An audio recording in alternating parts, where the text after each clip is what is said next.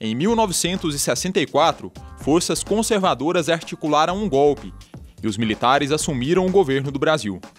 O período perdurou por 21 anos e foi marcado pelo autoritarismo, suspensão de direitos constitucionais, censura e perseguição aos opositores. Por isso, chamam a atenção clamores por uma nova intervenção nos dias atuais. Regime militar é o tema de hoje do Viver Ciência. Início dos anos 60, capitalistas e socialistas disputam a hegemonia mundial na chamada Guerra Fria. No Brasil, governado por João Goulart, estudantes, trabalhadores e organizações populares ganham espaço, preocupando o bloco de poder conservador, composto por empresários, banqueiros, classe média, Igreja Católica e militares. Para afastar o temor de um golpe comunista e garantir que o país vá adiante com o modelo de desenvolvimento capitalista, tropas de Minas Gerais e São Paulo saem às ruas, obrigando João Goulart a se refugiar no Uruguai. Os militares, então, assumem o poder e tem início a ditadura, um período nebuloso da história brasileira, marcado pela repressão. A repressão violentíssima sobre os movimentos sociais, sobre os trabalhadores, sobre os partidos de esquerda. Uma repressão que se prolonga ao longo do tempo, né? Há uma primeira onda repressiva logo em 64, depois você tem um acirramento desse processo a partir de 67, 68, 69, né? O auge da repressão se dá até 74.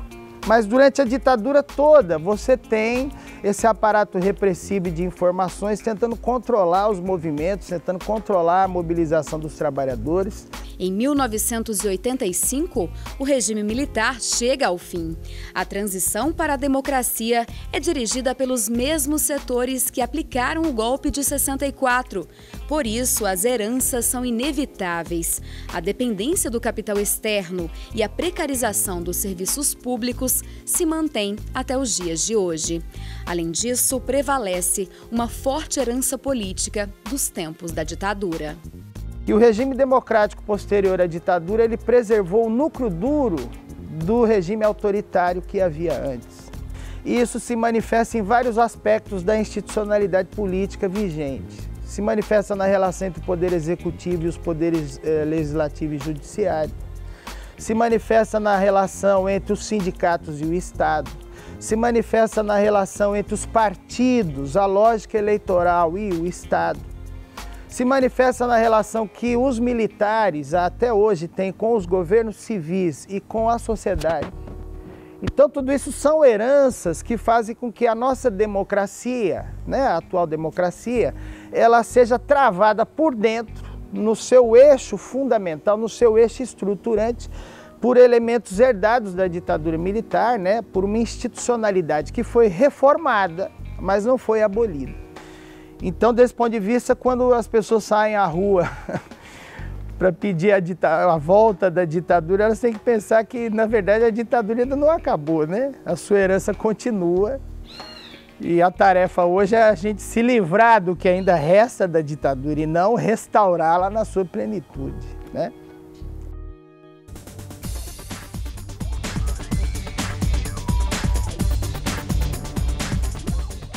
Olá!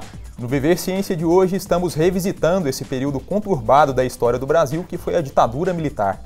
Para discutir esse assunto estão comigo aqui no estúdio o doutor em História Social e professor da UFG, Noé Freire Sandes, e a doutoranda em História, Maiara Paiva de Souza. Bem-vindos ao Viver Ciência. Obrigada. Bom, vamos começar então o nosso bate-papo respondendo a algumas perguntas do público. A primeira pergunta é do professor Tiago Zancopé. Vamos conferir. Eu gostaria de saber como é que foi a consequência do golpe de 64 na UFG, principalmente em relação à mudança de alguns cursos da praça universitária para o Campus 2, como que se deu esse processo de construção do Campus 2 e como que isso mudou a relação de alunos com professores em relação à censura, a conteúdos a serem trabalhados, enfim, um comentário geral sobre como que foi o impacto do golpe de 64 na vida acadêmica da UFG. Professor Noé, por favor. A questão do golpe militar nas universidades, há uma discussão clara de uma intervenção onde a universidade, como todo o país, foi militarizada, um processo de militarização da sociedade. Então nós tivemos, por exemplo, a introdução de disciplinas, né, como estudos dos problemas brasileiros, que eram ministradas por militares. Além disso, há uma perspectiva de vigilância constante. Isso não só na UFG, na UNB, eu particularmente vivi mais a Universidade de Brasília, mas ele tem, inclusive, constitucionalmente o artigo 477, que poderia levar à expulsão de estudantes. Então, era um clima de repressão, um clima tanto de constrangimento por parte de professores, de toda a comunidade, porque não havia como se manifestar de modo objetivo, claro, havia um clima de vigilância sobre o que se lia, o que se discutia, o que se estudava, um certo silenciamento. Mas, evidentemente, houve também reações a isso, né? A UFG não ficou imune a este clima, né? Agora, a questão da transferência do campus, da década de 70, que nós temos aqui, é um projeto, inclusive, financiado por agências internacionais, né? Em relação às próprias universidades. Há uma discussão um pouco complexa, há quem diga que a criação das universidades mais afastadas, né, das cidades universitárias, tem a ver com a tentativa de afastar os estudantes dos grandes centros, ou melhor, do centro da cidade. Então era melhor ter uma universidade um pouco mais distante. Mas isso é controverso, porque ao lado dessa questão havia uma necessidade de aparelhamento da universidade, no sentido físico, né? Então nem sempre os professores sentiam essa distância, mas por outro lado havia um apoio efetivo à construção de edifícios, prédios, investimentos, e que de fato foi feito nesse período com a construção, no caso do campus Samambaia, né, que representou um salto para a Universidade de Goiás. Agora, obviamente, isso levou a um distanciamento dos estudantes da luta política, embora é relativo, porque os estudantes se mobilizam. A Católica, que também era um grande centro da Universidade Católica de Goiás, então eu acho que a grande questão é pensar um pouco que esse clima atingiu toda a Universidade brasileira. Houve aposentadorias, né? São famosas aposentadorias na USP e em todo o Brasil, e isso afetou os intelectuais, os professores, criando um clima, né, de constrangimento do próprio debate intelectual, mas não o anulou. É importante dizer isso. A próxima pergunta é da estudante Marina Lacerda. Vamos conferir. Gostaria de saber, então, um comentário sobre como que avalia, como que é feito esse processo de reinterpretação do passado, dos usos públicos da história, como que vocês pensam que está sendo feita essa reinterpretação do passado, dos meios sendo revista, internet, os meios de comunicação que está reinterpretando o golpe militar, como que vocês avaliam isso? Essa é uma questão muito interessante, muito importante, né? O passado, a todo momento, ele é praticamente retomado no sentido de ter uma nova avaliação do passado. O passado está sempre lido à luz do presente. É importante pensar, inclusive, não deixar de citar, que no primeiro momento, se você consultar os dados do Ibope, há uma popularidade do governo militar. O governo Médici, à época, né, do tricampeonato, havia índices claros e um projeto de popularização do golpe. O golpe ganhava, a sociedade crescia, havia uma dimensão de apoio. Agora a gente tem que ser muito claro, apoio da mídia, apoio dos instrumentos de aferição, né, no caso o Ibope aferiam a popularidade do regime, mas por outro lado um processo de censura que impedia que os canais de oposição, de divergência se manifestassem. Então, num primeiro momento, há uma imagem autoritária, efetiva do Brasil, mas com algum apoio, porque o golpe não é um golpe exclusivamente militar. Nós falamos do golpe militar esquecendo do braço civil, esquecendo que é um golpe articulado por várias forças políticas, é evidente, com a hegemonia militar, né? Então há um primeiro momento onde o passado, esse primeiro tempo do passado, ele é favorável ao golpe. Mas com a crise econômica eles perdem completamente a possibilidade de manifestar este apoio. Então, os usos do passado mostram o quê? Que hoje ninguém mais, por um bom tempo, não se colocava favorável ao golpe. A crise atual mostra o inverso. Então, é o presente que recupera o passado, reinterpreta e tem os usos. Nós, historiadores, temos uma responsabilidade de refletir com maior alcance sobre isso, para até pensarmos claramente como esse passado está sendo reinterpretado e o que isso significa para a sociedade brasileira. Quem faz a pergunta agora é a estudante Natália Barros. Vamos ver. Eu gostaria de saber, em relação aos resultados da Comissão da Verdade, o que vai acontecer com os resultados e o que foi descoberto. Além disso, eu gostaria de saber o que foi descoberto em Goiás especificamente. Professora Maiara, por favor. Bom, essa é uma pergunta muito interessante, né? Porque se relaciona à atualidade, essa questão da Comissão da Verdade.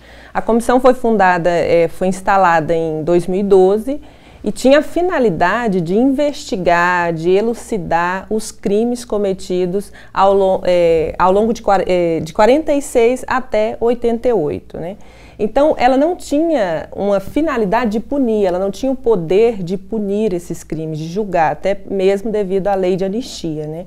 Então, ela foi bastante criticada, até por quê? Porque não punia e porque ficou focada em muitos casos emblemáticos, como o caso do Vladimir Herzog, Rubens Paiva, sobre a morte do JK, do João Goulart. Então, ela ficou muito focalizada em casos emblemáticos, o que eu não vejo como um ponto totalmente negativo, mas a gente pode perceber que teve avanços nessas investigações, ocorreram avanços no sentido de reparação enquanto narrativa, enquanto contar uma história. A Comissão da Verdade apresentou um relatório que trouxe essa história e tornou essa história oficial. E quando eu falo oficial, não no sentido de verdadeira ou de única história, mas oficial no sentido de o Estado assumir e tomar para si a responsabilidade de narrar essa história, tirar esse ônus dos familiares, né? Tirar esse dever de memória dos familiares e assumir que, de fato, esse passado aconteceu. Então, aí está o avanço da Comissão da Verdade, né? Agora, no que se refere a Goiás, como eu falei, ficou nesses casos muito emblemáticos, né? Guerrilha do Araguaia, as ligas camponesas, o Molipo. Então eram casos já emblemáticos, os desaparecidos, mas avançou também nesse sentido, porque trouxe uma lista oficial de vítimas, uma lista de torturadores e tirou esse ônus da família, né? Bom, daqui a pouco a gente continua, discutindo esse assunto, a gente vai para um rápido intervalo e volta em instantes. Até já! Ainda hoje, você vai assistir a uma reportagem sobre o impacto da ditadura na televisão e no cinema brasileiro. E ainda vai conhecer o Laboratório de Pesquisa em História da UFG, local que preserva documentos produzidos em Goiás durante o regime militar.